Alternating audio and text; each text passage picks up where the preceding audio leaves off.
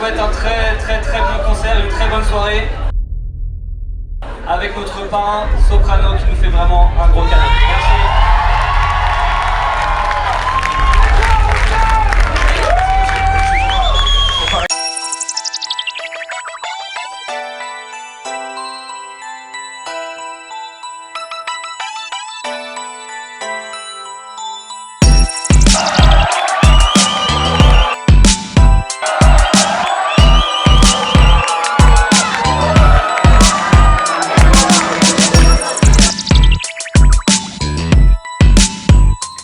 Bonjour Soprano, merci de nous recevoir ici dans les locaux avec la Smerette. Donc, Salut. Tu es en plein dedans. Regardez, tu vois marqué privé Smerette, je sais pas si tu le vois derrière. Voilà, on est en plein dedans, chez Yema, tranquillement pour le concert privé. Alors, avant de parler de ce petit concert privé, on va revenir un peu sur le passé de ta carrière, donc notamment sur le premier album qui est Psychanalyse. Ouais. Donc, j'ai vu qu'il mixtape. Voilà. C'est ça, exactement.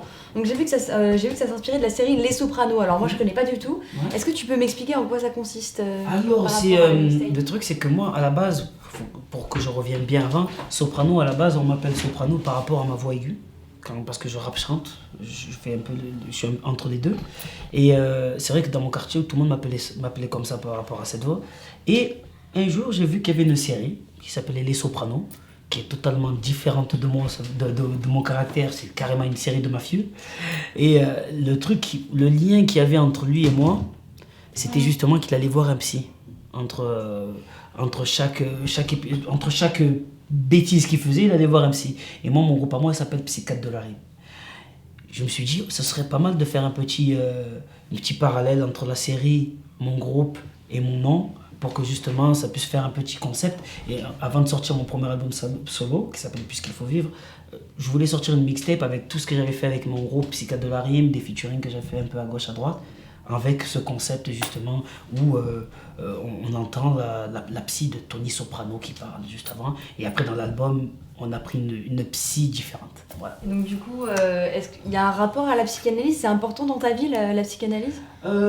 Tu sais, moi souvent je dis que les mots ça me permet de pouvoir me soigner, le fait de pouvoir les écrire ou les chanter ou les rapper ou les cracher si on préfère.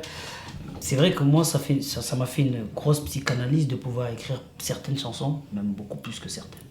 Et un peu cathartique du coup. Voilà, donc moi je dis souvent que l'instru c'est un peu le divan. Et quand je commence à rapper, c'est simplement que je suis en pleine psychanalyse. Voilà.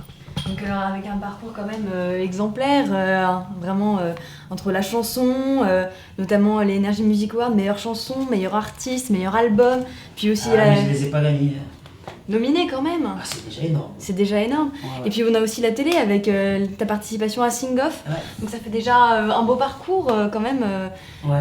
Il y a des projets après à continuer pour... Là, c'est vrai que j'ai 2 projets importants avant mon prochain album qui sortira en 2013. Mais c'est vrai que je suis concentré plus maintenant sur les miens. Ça veut dire mon groupe Psychiatre de la Rime et mon pote REDK qu'on est en train qu'on sort un album le 30 avril, justement, un album en cobain comme ils ont fait Jay-Z et Kanye West, ou même Eminem et Rose de Five Night, pour ceux qui connaissent le morceau avec Bruno Mars. Ils avaient fait un morceau, ils avaient fait carrément un album, nous on est en train de faire ça. Cette année, je vais dire, je me concentre sur les miens, et l'année d'après, je fais mon album solo avec une grosse surprise qui passera à la télé, une petite série, mais ça, je ne peux pas en parler. D'accord. Et donc je rebondis justement sur ce que tu me dis, Eminem, Kanye West, j'ai lu dans une interview que c'était un peu des inspirations musicales, ce qui t'inspirait. Est-ce qu'on peut attendre ce genre d'influence dans ton prochain album? Sur l'album avec mon collègue qui sort le 30 avril, oui.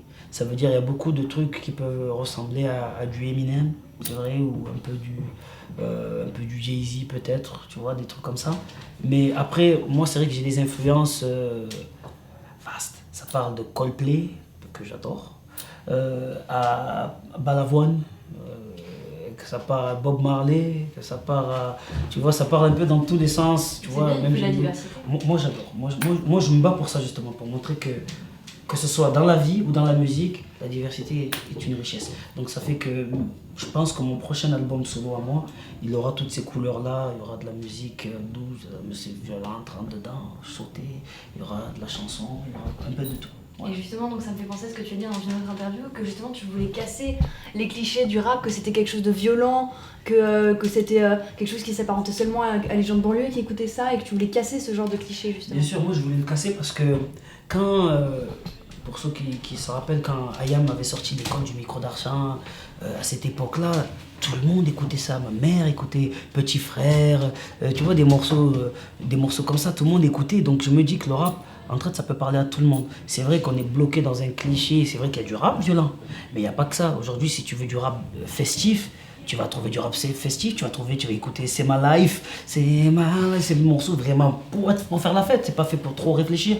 Mais si tu veux un morceau conscient, ben tu peux te chercher, tu vas trouver des trucs comme Kenny Arcana, tu vas trouver des trucs comme Medine, tu vois, il y a d'autres choses. Après tu veux du bling bling, ben il y a de la fouine, il y a Booba. En gros, il y a plein de styles et je pense que par rapport aux humeurs que tu as dans la journée ou dans ta vie, tu peux trouver quelque chose dans le rap. C'est pas que violent comme pourraient certains médias le mettre sur le dos du rap, quoi. Voilà. Et donc ce nouvel album qui s'appelle donc E égale 2, c'est ça? E égale 2 MC. C'est par rapport à la formule d'Einstein qui disait E égale MC2.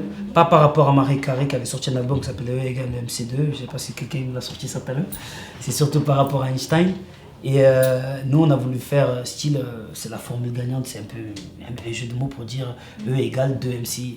L'énergie égale les 2 MC, c'est-à-dire REDK et moi soprano. Mais c'est juste... Donc, deux jeunes talents qui sont bourrés d'énergie pour ouais, pour on va pas dire aussi jeune, quand même, je suis pas aussi jeune. Tant mieux, merci maman. Mais oui, c'est à peu près ça. Voilà. C'est vraiment un album très hip-hop. Voilà. Et donc pour continuer dans l'année, donc je sais que tu as 3 enfants. Ouais. Inaya et donc déjà Léni où tu leur as écrit 2 chansons déjà. Ouais. Et je sais que tu es papa aussi d'une petite Luna depuis le mois de mars. C'est ça. Donc déjà, félicitations. Merci beaucoup, merci. Et donc est-ce que tu as prévu de lui faire une chanson comme pour tes 2 enfants? Est-ce que c'est dans les projets aussi? Je suis obligé, sinon un jour qu'elle va grandir, elle va dire attends, ça veut dire que tu m'aimais moins que... Non, bien sûr, c'est prévu, je l'ai écrit... Je vais t'expliquer, c'est un truc de fou, je ne l'ai dit à personne, il n'y a que vous à qui je vais le dire, mais c'est vrai, le jour où elle est née, il y a un collègue qui m'a envoyé une instru, je ne sais pas comment il a fait, mais il a fait comme ça, comme on m'envoie des instrus tous les jours. J'étais à la maternité, et l'instru elle est arrivée, et ça dirait que les mots ont coulé par rapport à ce que je ressentais sur le moment par rapport à la petite, donc à mon avis, ouais. Après, je sais pas dans quel album, voilà, je sais pas si ça va être dans l'album des Psychiatres ou sur mon album solo, mais... Et donc alors, nouvel album, nouvelle tournée, ça veut peut-être dire aussi, parce que ça va être difficile, donc déjà pour ces 2 enfants, et puis la petite Luna, c'est de l'organisation. C'est de l'organisation, ça va être une belle aventure, mais il va falloir gérer les deux. On s'est organisé, que ce soit chez moi ou même avec mon équipe, pour que justement je puisse gérer tout ça. Par exemple, chez moi, j'ai fait vraiment un studio d'enregistrement, donc ça veut dire déjà le temps que je passais au studio, dans mon studio d'un autre, qui était dans une autre rue, qui était dans un autre quartier, qui était très loin, et je passais des 24 heures d'affilée, et bien ça je le ferais chez moi. Donc par exemple l'album E égale 2 MC, je l'ai fait chez moi. Pendant que j'enregistrais, tu voyais Inaya qui courait.